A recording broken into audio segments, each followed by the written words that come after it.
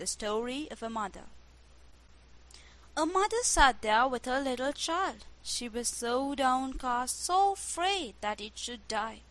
It was so pale, the small eyes had closed themselves, and it drew its breath so softly, now and then, with a deep respiration as if it sighed.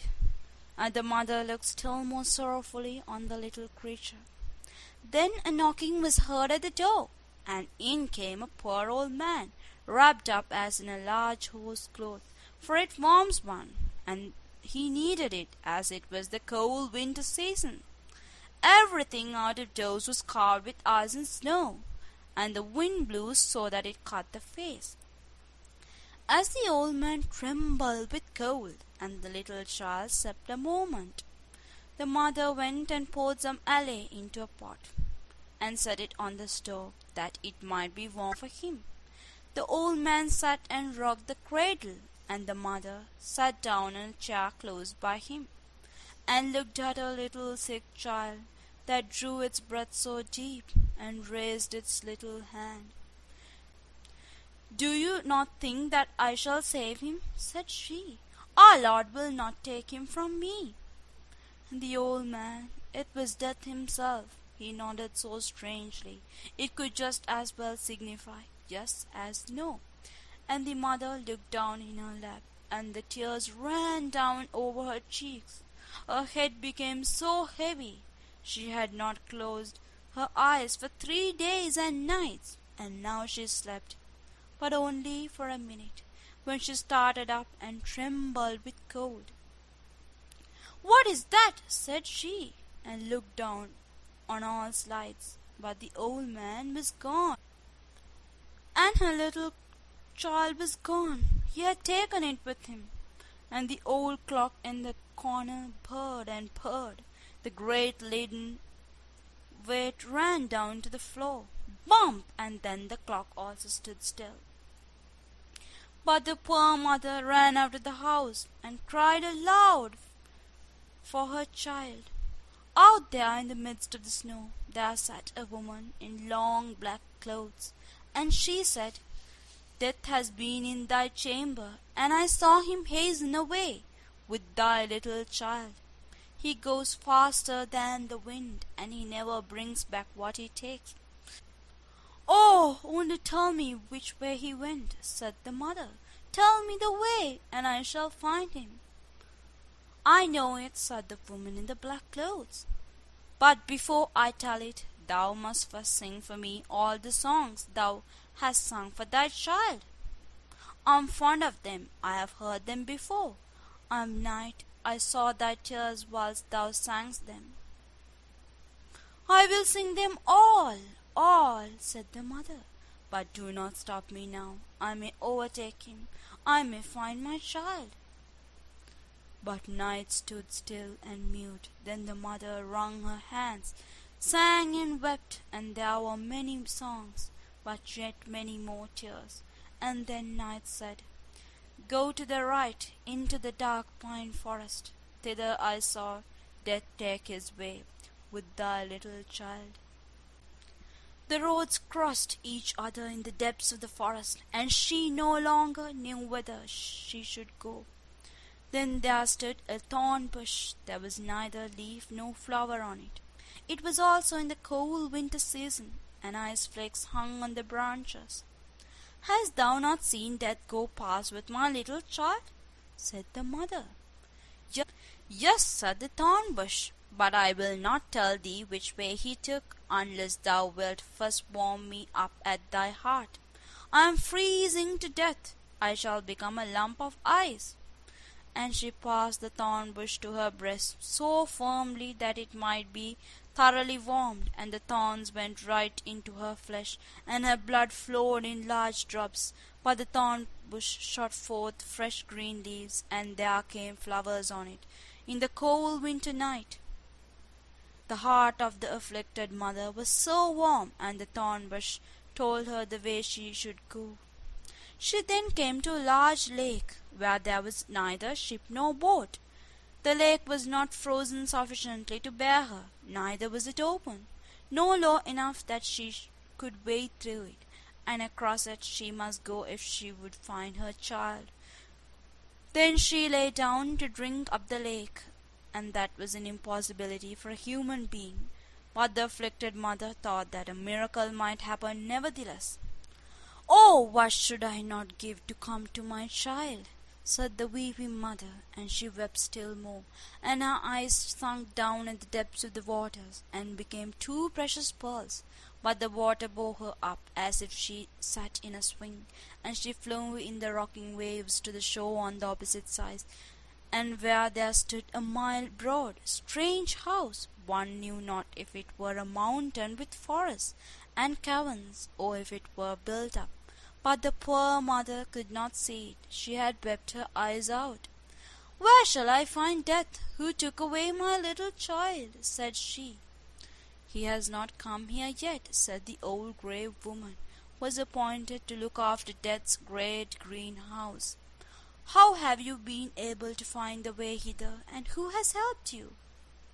"Our Lord has helped me," said she. "He is merciful, and you will also be so. Where shall I find my little child?"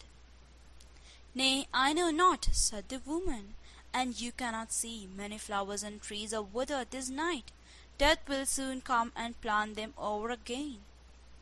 You certainly know that every person has his or her life's tree or flower. Just as everyone happens to be settled, they look like other plants, but they have pulsations of the heart. Children's hearts can also beat. Go after yours. Perhaps you may know your child's, but what will you give if I tell you what you shall do more?" "I have nothing to give," said the afflicted mother, "but I will go to the world's end for you." "Nay, I have nothing to do there," said the woman, "but you can give me your long black hair.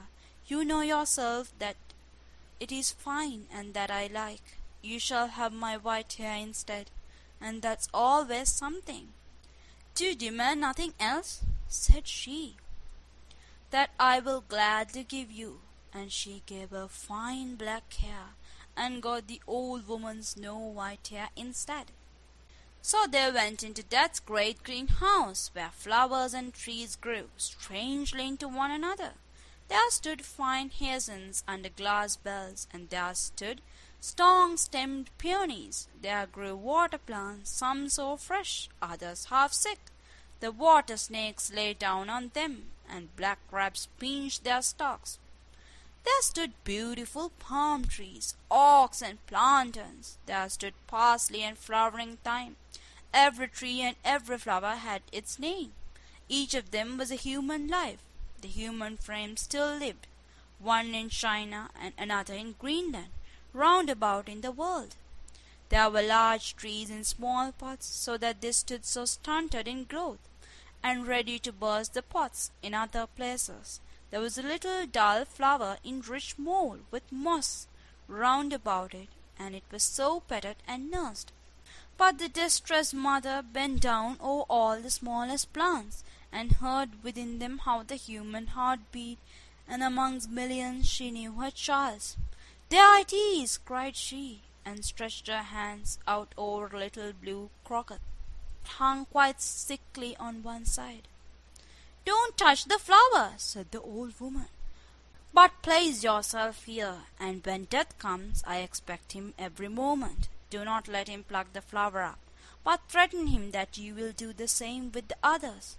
Then he will be afraid. He is responsible for them to our Lord, and no one dares to pluck them up before he gives leave." All at once an icy cold rushed through the great hall, and the blind mother could feel that it was Death that came. "How hast thou been able to find thy way hither?" he asked. "How couldst thou come quicker than I?"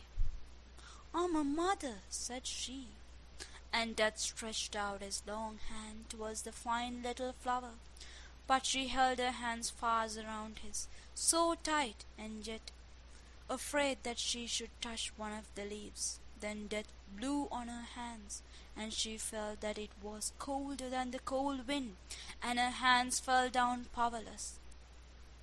"Thou canst not do anything against me," said Death. "But our Lord can," said she. "I only do his bidding," said Death. I'm his gardener. I take all his flowers and trees and plant them out in the great garden of paradise, in the unknown land. But how they grow there, and how it is there, I dare not tell thee. Give me back my child, said the mother, and she wept and prayed.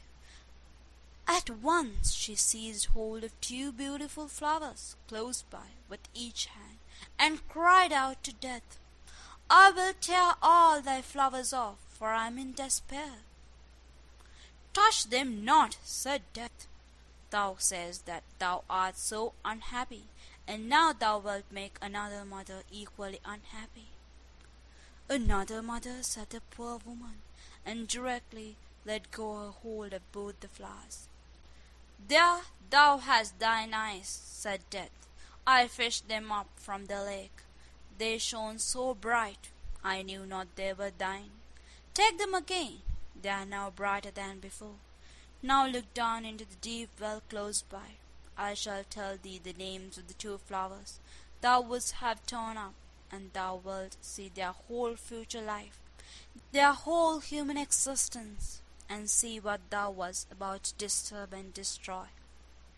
And she looked down into the well, and it was a happiness to see how the one became a blessing to the world, to see how much happiness and joy were felt everywhere. And she saw the other's life, and it was sorrow and distress, horror and wretchedness. Both of them are God's will, said Death. Which of them is misfortune's flower, and which is that of happiness? asked she.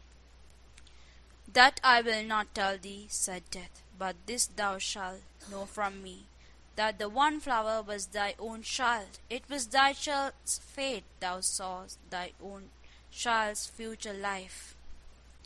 Then the mother screamed with terror. Which of them was my child? Tell it me. Save the innocent. Save my child from all that misery. Rather take it away. Take it into God's kingdom. Forget my tears. Forget my prayers, and all that I have done. I do not understand thee, said Death. Wilt thou have thy child again, or shall I go with it there, where thou dost not know? Then the mother wrung her hands, fell on her knees, and prayed to our Lord. Oh, hear me not when I pray against thy will, which is the best. Hear me not, hear me not. And she bowed her head down in her lap, and Death took her child, and went with it to the unknown land.